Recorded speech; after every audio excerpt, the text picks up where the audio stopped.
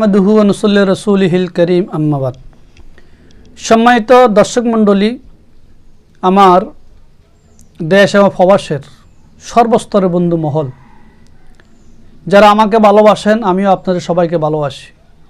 দিনদার, মুত্তাকিন, আল্লাহ বিরু, নমাজি ব্যক্তি আমরা আছি যারা, যেহেতু আমরা মুসলমান ইমানদার, আমাদের প্রত্যেকটি ক্ষেত্রে আল্লাহ এবং তার রাসূলের তরিকা অনুযায়ী আমাদের সকল কাজ করা দরকার।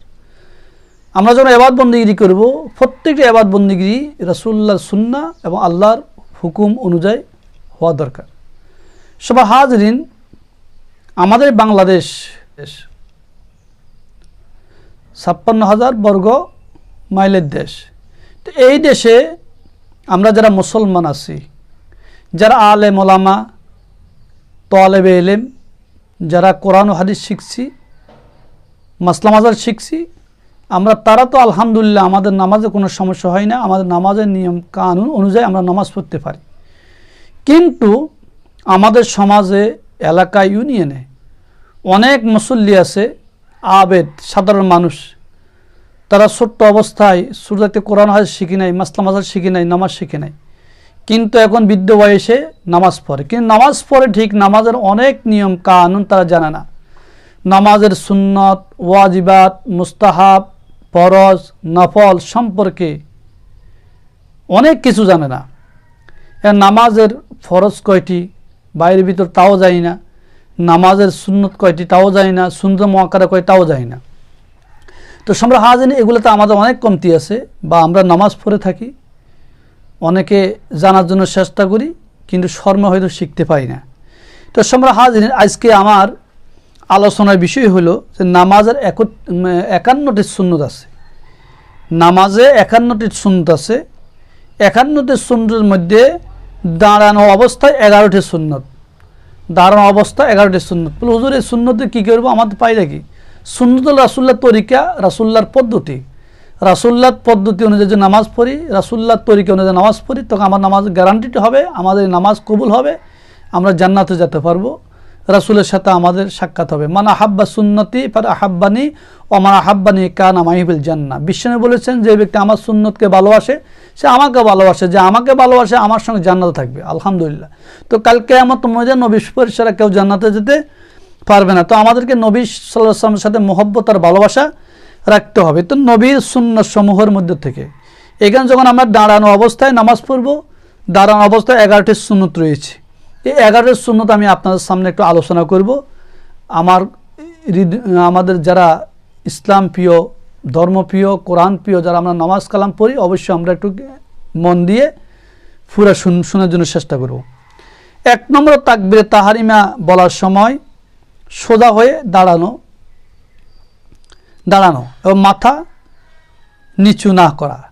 আমরা যখন তাকবীরে তাহরিমা বলবো, তাকবীরে তাহরিমের সময় সোজা হয়ে দাঁড়াবো, মাথাকে নিচু করবো না, সোজা হয়ে দাঁড়াবো। ১। ২ নম্বর সুন্নত হলো উভয় পায়ের মাঝে ৪ আঙ্গুল পরিমাণ ফাঁকা রাখবো। ৪ আঙ্গুল পরিমাণ ফাঁকা রাখা এবং আঙ্গুলগুলো কেবলা দিক রাখা। আমরা যখন নামাজে দাঁড়াইবো, আমাদের দোনো পায়ের মধ্যে ৪ আঙ্গুল পরিমাণ ফাঁকা রাখবো এবং আঙ্গুলকে কেবলা দিক রাখবো। আমরা অনেক সময় দেখা যায় অনেক মুসল্লি মানে ২ পায়ের মধ্যে ৪ আঙ্গুল পরিমাণ ফাঁকা রাখে না, হয়তো আঙ্গুলগুলো সোজা করে না। তো সময় হাজির মাসলা আছে যা আপনার শরীরের সাথে মিলাবেন। যদি কেউ একেবারে মোটা হয়, তাহলে ৪ আঙ্গুল পরিমাণ ফাঁকা রাখলে সে পড়ে যাবে, তাহলে সে তার দেহর সাথে তার শরীর অনুযায়ী সে ফাঁক করে দাঁড়াবে। এমনি শরীয়তের মাসলা মাসাইল অনুযায়ী যে ৪ আঙ্গুল পরিমাণ ফাঁকা রাখা হলো সুন্নত, আঙ্গুলগুলোকে সামনে রাখা সুন্নত। তো কোনো ফকি এটাকে মোস্তাহাব বলেছেন, কোনো ফকি বা কোনো ফেকাবিদেরা তাকে মোস্তাহাব বলেছেন। তবে ফেকের কিতাবে সুন্নত এবং মোস্তাহাব একই অর্থে ব্যবহার হয়। ফেকার কিতাবে সুন্নত এবং মোস্তাহাব দুটোটা একই অর্থে ব্যবহার হয়। তো সময় হাজির, অবশ্যই আমরা এই সুন্নতগুলো পালন করি। ৩ নম্বর সুন্নত হলো ইমামের তাকবীরে তাহরিমের সাথে সাথে মুত্তাকিরও তাকবীরে তাহরিমা বলবে। কিন্তু এর একটা শর্ত আছে, ইমামের তাকবীর তাহরিমের সাথে সাথে মুক্তাদি যখন তাকবীর তাহরিম বলবে, ইমামের তাকবীর শেষ হবার আগে যদি মুক্তাদি তাকবীর শেষ হয়ে যায় তাহলে মুক্তাদি নামাজ হবে না, নামাজ ভেঙে যাবে। কিন্তু মুক্তাদির তাকবীরটা ইমামের তাকবীর শেষ হবার আগে শেষ হতে পারবে না, ইমামের তাকবীর শেষ হওয়ার পরে মুক্তাদির তাকবীর শেষ হবে পরে। তো মাসালা হলো তাহারিমা। তাহারিমার সময় মুক্তাদি আল্লাহু আকবার উচ্চারণ যদি ইমাম আল্লাহু আকবার বলার আগে শেষ হয়ে যায়, যদি তাকবীরে তাহারিমার সময় মুত্তাকিন যে তাকবীর তাহারিমা আল্লাহু আকবার বলবে, তারে আল্লাহু আকবারটা যদি ইমামের আল্লাহু আকবার আগে শেষ হয়ে যায় তাহলে মুক্তাদির নামাজ সঙ্গে সঙ্গে ভেঙে যাবে। আমরা অনেক মুসল্লি এই কথাগুলো খেয়াল করি না, এগুলা স্মরণ করি না। খবরদার, সাবধান, খুব সূক্ষ্ম মাসালা। যখন নামাজে দাঁড়াবেন, ইমাম সাহেব যখন তাকবীর তাহরিমা বলার সময় আল্লাহু আকবার তাকবীর তাহরিমা বাঁধবো, আমরাও ইমামের পর্যায়ে আল্লাহু আকবার তাকবীর তাহরিমা বাঁধবো, কিন্তু ইমামের আগে নয়। ইমাম আগে যদি আমরা বাঁধি তাহলে তো আমি ইমামও হয়ে গেলাম, ইমামও অনুকরণ করলাম না, ইমাম অনুসরণ করলাম না। তো এই জন্য আমাদের নামাজ ভেঙে যাবে। ইমাম হলো নেতা অনুকরণ করতে হবে। 4 নম্বরে তাকবীরে তাহরিমা বলার সময় উভয় হাত কানের লতি পর্যন্ত উঠবে। আমরা যখন তাকবীরে তাহরিমা বলবো, তাকবীরে তাহরিমা বলার সময় আমাদের উভয় হাত আঙ্গুলে কানের লতি পর্যন্ত এই পর্যন্ত উঠবে, এটা সুন্নত। 5 নম্বরে হাত কেবলা দিকে রাখা। আমরা যখন যে তাকবীরে তাহরিমার সময় হাত তুলবো, এই হাতটা কেবলা দিকে হইতে হবে, কেবলামুখী হইতে হবে। এই কেবলার দিকে 5 নম্বরে হাত কেবলার দিকে হওয়া সুন্নত। 6 নম্বর হলো আঙ্গুলগুলো, যে আমরা পায়ের আঙ্গুল বলেন, হাতের আঙ্গুল বলেন, আঙ্গুলগুলো স্বাভাবিক অবস্থা রাখবো। আঙ্গুল স্বাভাবিক অবস্থা রাখা, কোনো এলোমেলো নয়, স্বাভাবিকভাবে রাখবো। অর্থাৎ এই জন্য একেবারে ফাঁকাও না রাখা, আবার একেবারে মিলিয়ে না রাখা। একবারে ফাঁকাই রাখবো না, একবার মিলিয়ে রাখবো না, মধ্যম পন্থা অবলম্বন করবো, মধ্যম পন্থা অবলম্বন করো। 7 নম্বরে ডাইন হাতের আঙ্গুল, ডাইন হাতের তালু বাম হাতের ফিটে উপর রাখতে হবে। মানে ডাইন হাতের যে তালু আছে, ডাইন হাতের তালু বাম হাতের তালুর উপরে, বাম হাতের তালুর ফিটের উপরে, বাম হাতের ফিটের উপরে রাখবে। এটাও কি সুন্নত।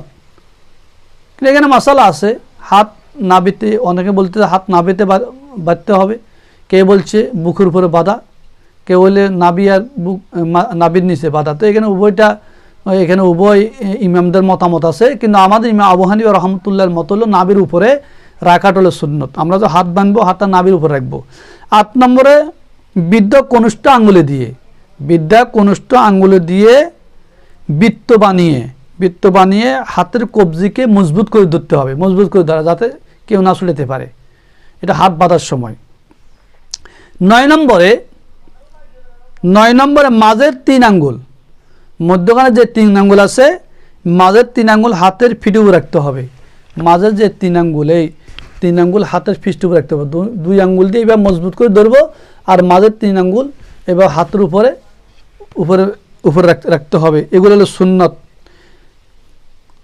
9 নম্বরে মাঝের 3 আঙ্গুল হাতের ফিটে উপরে রাখা। তো 10 নম্বরে হাত নাভির নিচে রাখা। হাত কি রাখা? নাভির নিচে রাখা। কে নাভির নিচে বলছে, কে নাভির উপরে বলছে, কেউ বলছে বুকের উপরে। তো আমরা হাত নাভির নিচে রাখবো। 11 নম্বরে সানা পড়াও সুন্নত। আমরা যখন নিয়ত বান্ধে দাঁড়াবো তখন সানা পড়বো, সানা পড়া সুন্নত। সুবহানাকাল্লাহুম্মা ওয়া বিহামদিকা ওয়া তাবারাকা ইসমুকা ওয়া তাআলা জাদ্দুকা ওয়া লা ইলাহা গায়রুক, সানা পড়া সুন্নত। আমরা অনেক সময় দেখা যায় যখন নামাজের দ্বারায় নিয়ত বাঁধার পরে অনেকে কী বলে সানা পড়ি না। তো সময় অবশ্যই আমাদেরকে এই 11টি সুন্নত অবশ্যই ফলো করতে হবে, শিখতে হবে। তো দাঁড়ানো অবস্থায় যে 11টি সুন্নত, এই 11টি সুন্নত যদি আমরা যথাযথভাবে পালন করি তাহলে অবশ্যই আমাদের দাঁড়ান, আমাদের নিয়ত বাঁধা সব ঠিক হবে। রাসুল্লাহর তরিকা অনুযায়ী হবে, রাসুল্লাহর তরিকা পদ্ধতি অনুযায়ী হবে। রাসুল্লাহর পদ্ধতি অনুযায়ী হলে, তরিকা অনুযায়ী হলে আমাদের নামাজ আর কোনো সমস্যা হবে না। কিন্তু রাসুল্লাহর সুন্নাত যদি বাদ দিয়ে লাই, রাসুল্লাহর তরিকা যদি বাদ দিই, ওটা আমাদের নামাজের কোনো গ্যারান্টি নাই। তো অবশ্যই আজকে আমি যে নামাজের মধ্যে দাঁড়িয়ে যে 11টা সুন্নত আছে, ওই 11টি সুন্নত সম্পর্কে আলোচনা করলাম। অবশ্যই 11টা সুন্নত ভালোভাবে মুখস্থ করবেন। আলহামদুলিল্লাহ, আল্লাহ আমাদেরকে আমল করার